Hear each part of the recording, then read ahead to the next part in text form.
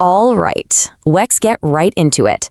Because the world of personal computers, a world that's been pretty much the same for decades, is about to get a huge shakeup. Google and Qualcomm just dropped an announcement that could totally change what your next laptop looks like. Yeah, you heard that right, and they were not being subtle about it. When you have execs from two of the biggest tech companies on the planet using language like that, you know this isn't just some minor update. No, this is a full-on challenge to the entire PC industry as we know it. So what exactly is this bomb? Well, it's the official plan to bring a true, dedicated version of Android to PCs. And to really understand why that is such a massive deal, we gotta take a quick look at the landscape they're marching into. To get a sense of the scale here, you have to realize the market they're aiming at. We're talking over 2 billion people who use a personal computer. It's this enormous global industry that, for the most part, has been dominated by one name for a very, very long time. For pretty much all of us, buying a computer has always meant buying a Windows machine.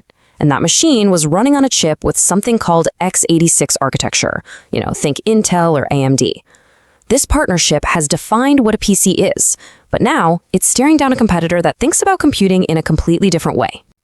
Now, to really get why Android has this golden opportunity, we first have to talk about the problem it's here to solve. You see, for years, companies have tried to put Windows onto modern, super power-efficient ARM chips, the same kind of chips that are in your phone, and it hasn't really worked out so well. Think of it like this. An x86 chip is like a big, powerful truck engine. It's built for raw, heavy-duty performance. An ARM chip, though, is more like a modern, hyper-efficient electric motor. It's designed for amazing battery life and to run cool. They're just fundamentally different. And you can't just drop an electric motor into a truck designed for a gas engine and expect it to run perfectly. And that's exactly the problem. Windows was born and raised in that x86 world, so when you put it on an ARM chip, it runs, well, kind of awkwardly. It's not optimized. And worse, to run most of the programs you know and love, it has to use this slow translation layer, an emulator, which can make the whole experience feel sluggish and clunky. The hardware might be great, but the software experience just falls flat. And this struggle, this exact problem, is the wide open door Android has been waiting for. While Microsoft has been trying to force its square peg into a round hole, Google realized, wait a minute, we already have the perfect OS for these modern chips. And the difference is just night and day. Where Windows on ARM needs that slow emulation, Android runs natively. It just works. Where Windows has a tiny library of ARM-native apps, Android has a massive app store already built for it. You see, this isn't some clumsy adaptation. For Android, this is a homecoming. It was literally designed from day one to run on the very ARM chips that are in all of our pockets. It's one of those real aha moments, isn't it?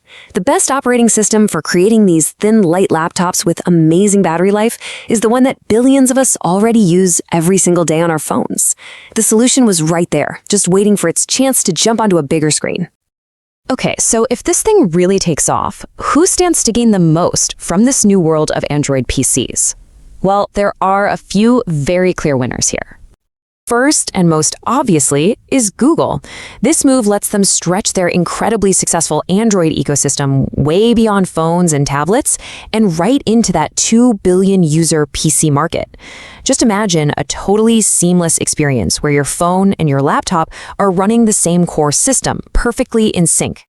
The second huge winner? The chip makers themselves, like Qualcomm.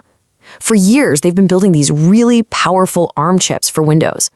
But it felt like they had one hand tied behind their back. Now, they finally have a major PC operating system that is perfectly optimized for their hardware, right out of the gate. No more compromises. And you know what? This could be the thing that finally unlocks the real potential of Android tablets. For years, Apple's tried to sell the iPad as a laptop replacement, but iPad OS is still basically a big screen phone OS. Now, imagine an Android tablet running a real desktop-class version of Android.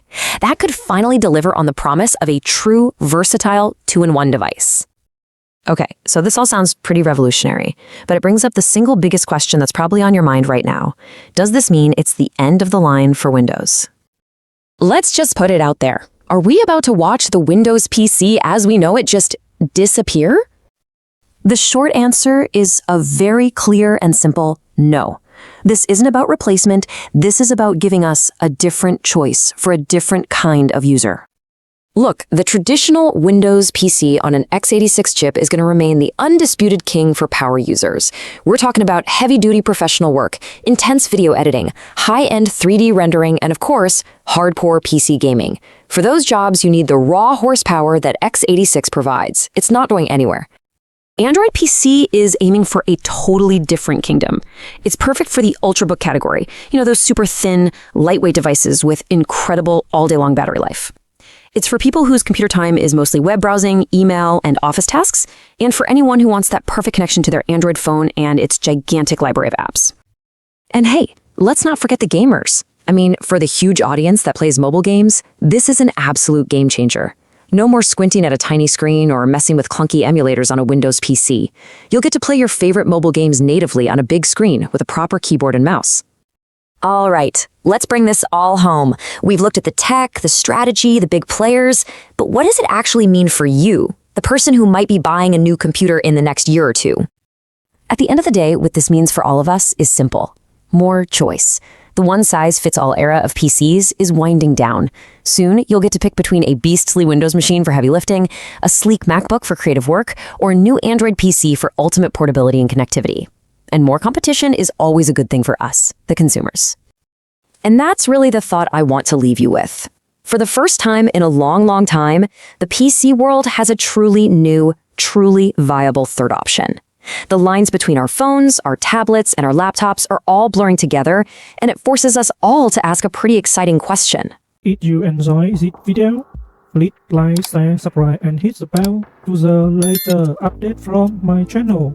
Thank you for watching till the end, and see you in the next video.